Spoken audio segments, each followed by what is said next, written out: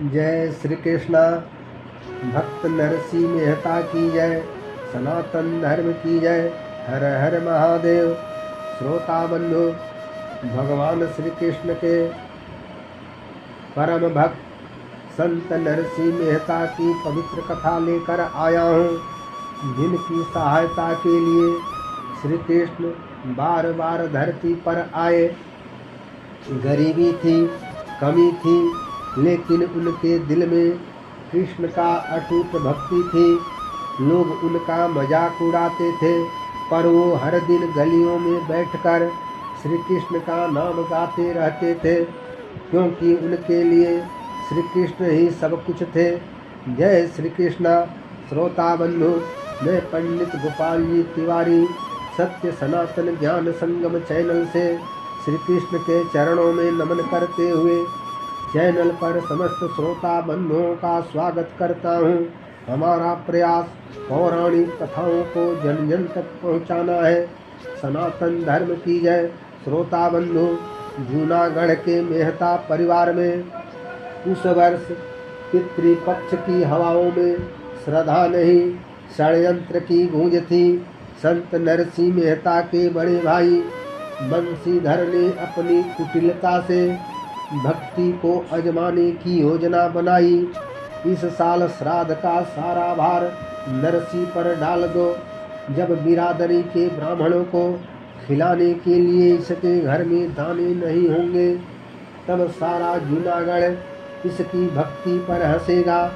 फिर बड़े भाई ने कहा, अरे नरसा, इस साल पिताजी का श्राद्ध तुम्हें और तुम्हारी पत्नी को ही करना है। आखिर तुम ही तो उनके बेटे हो। कब तक सारी जिम्मेदारी हम ही निभाते रहेंगे। भक्त नरसिंह बोले, यह मेरा सौभाग्य है। अगर पिताजी की प्यास मेरे घर से दिए जल से बुझनी है, तो प्रभु कोई ना कोई मार्ग अवश्य निकालेंगे। राधे गोविंद, राधे गोविंद, नरसिंह राधे गोविंद का नाम लेते हुए भक्त नरसिंह मेहता अपने घर की ओर चल दिए। उनका घर तो नहीं कह सकते, बल्कि एक टूटी फूटी झोपड़ी थी। घर पर पहुंचकर नरसिंह अपनी पत्नी से बोले, सुनती हो भाग्यवान, भैया ने हमें इस साल पिताजी के श्राद्ध की जिम्मेदारी दी है। कल पिताजी का श्राद्ध हमें ही करना है।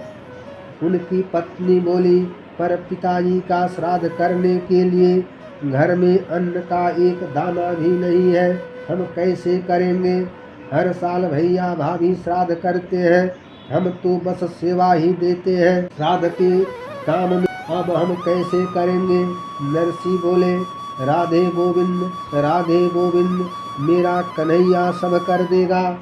पत्नी बोली, मेरे पास कुछ भी नहीं बचा है, पर कल सुबह इस चांदी की चूड़ी के बदले में जो भी राशन मिले वो ले आइए, और पुरोहित जी को भी लेते आइएगा। और कुछ नहीं तो पुरोहित जी को भोजन करा कर ही हम श्राद्ध कर लेंगे। दूसरे दिन सुबह सुबह नरसिंह मेहता तंबूरा और हाथ में एक झोला लेकर बाजार के लिए निकल गए। बाजार के एक छोर पर उनके खानदानी पुरोहित का भी घर था। नरसिंह मेहता दुकान दुकान जाकर श्राद्ध के लिए सामान मांगने लगे, लेकिन नगर वाले जानते थे कि उनके पास पैसे नहीं है। इसी कारण एक एक करके सभी मना करते गए, लेकिन नरसिंह मेहता के चेहरे पर कोई शिकायत नहीं थी, बस श्री कृष्ण के ऊपर अटूट विश्वास था। नरसिंह मेहता अपने पुरोहित के द्वार पर पहुँचे और बोले, महाराज, आप कृपया मेरे घर पधारें। पुरोहित बोले, अरे भाई, मुझे तो कहीं और जाना है, मैं नहीं आ सकूँगा। तभी उन्होंने एक भजन टोली को देखा, जो हरे कृष्ण कृष्ण कृष्ण हरे हरे का भजन कर रही थी। फिर नरसिंह मेहता सब काम धाम छोड़कर उनके साथ भजन में लीन हो गए। हरे कृष्ण कृष्ण कृष्ण हरे हरे। दूसरी ओर उनकी पत्नी बेचैनी से उनका राह देख रही थी। ये कहाँ गए, श्राद्ध का समय हो रहा है। उधर बैकुंठ में बैठे भगवान कृष्ण और माता रुक्मणी अपने भक्त की यह स्थिति देख रहे थे। रुक्मणी बोली, प्रभु आपका भक्त तो सब कुछ भूलकर आपकी भक्ति में लीन हो गया है, अब उसका क्या होगा। कृष्ण बोले, हाँ रुक्मणी, अब मुझे ही कुछ करना पड़ेगा। अब वो लीला होने वाली थी जिसे देखने को देवता भी उत्सुक थे। श्री कृष्ण ने नरसिंह मेहता का रूप धारण किया और प्रभु स्वयं अपने भक्त की सहायता के लिए धरती पर आ चुके थे। उधर नरसिंह मेहता हरे कृष्ण कृष्ण कृष्ण हरे हरे में लीन थे। अब श्री कृष्ण नरसिंह मेहता के रूप में पूरे गांव में निमंत्रण देने लगे। मेरे पिताजी का श्राद्ध है और आप सभी को आना है। पूरे गांव को मेरे घर भोजन के लिए आना है। उसी गांव में एक सीधा साधा गरीब ब्राह्मण रहता था जो श्री कृष्ण की भक्ति में डूबा रहता था। श्री कृष्ण उसी के पास पहुँचे। कृपया मेरे पिताजी के श्राद्ध में पधारे। ब्राह्मण बोले, मुझे तो कुछ खास आता नहीं है, मैं समझ गया यह सब आपकी ही लीला है। और जैसे ही श्री कृष्ण ने उनका स्पर्श किया, उनके मुख से अपने आप सारे श्लोक निकलने लगे। अब उस ब्राह्मण को साथ लेकर भगवान नरसिंह मेहता के द्वार पहुँचे और बोले, भाग्यवान, मैंने पूरे गांव को निमंत्रित किया है, जाओ अंदर, अभी सब आते ही होंगे, उनके भोजन की व्यवस्था करो। अभी जहाँ अनाज का एक दाना भी नहीं था, वही अब बर्तन अनाज से लबालब भरे थे। न जाने कहाँ से इतने सारे नौकर चाकर आकर रसोई बनाने में लगे थे। सोने के बर्तनों में तरह तरह के व्यंजन भरे थे। गरम गरम दाल, सफ़ेद चावल, फूली फूली पूरियाँ, स्वादिष्ट सब्जियाँ। और दूसरी तरफ गांव के लोगों का आना शुरू हो गया। लेकिन उनके मन में शंका थी कि नरसिंह मेहता उन्हें भोजन करा पाएंगे या नहीं। पर जब गांव वाले आए तो उन्होंने देखा कि वहाँ तो अद्भुत दृश्य था। बड़े बड़े पत्तलों पर गरम गरम रोटियां रखी थी, साथ में घी से सुगंधित साग। दाल के तड़के की खुशबू चारों ओर फैल रही थी। एक तरफ श्राद्ध भी शुरू हो गया था। पंडित मंत्रोच्चार कर रहे थे और वातावरण पूरी तरह से भक्ति और श्रद्धा से भर गया था। अब खाने की खुशबू दूसरे गांव तक भी पहुंचने लगी। लोग दौड़ दौड़ कर खाने के लिए आने लगे। लोग बढ़ते ही जा रहे थे, पर खाना कम होने का नाम ही नहीं ले रहा था। जो लोग भोजन कर चुके थे उन्हें भेंट के रूप में सोने के बर्तन दिए जा रहे थे। पर इस सबसे अनजान नरसिंह मेहता अब भी श्री कृष्ण भक्ति में पूरी तरह लीन थे।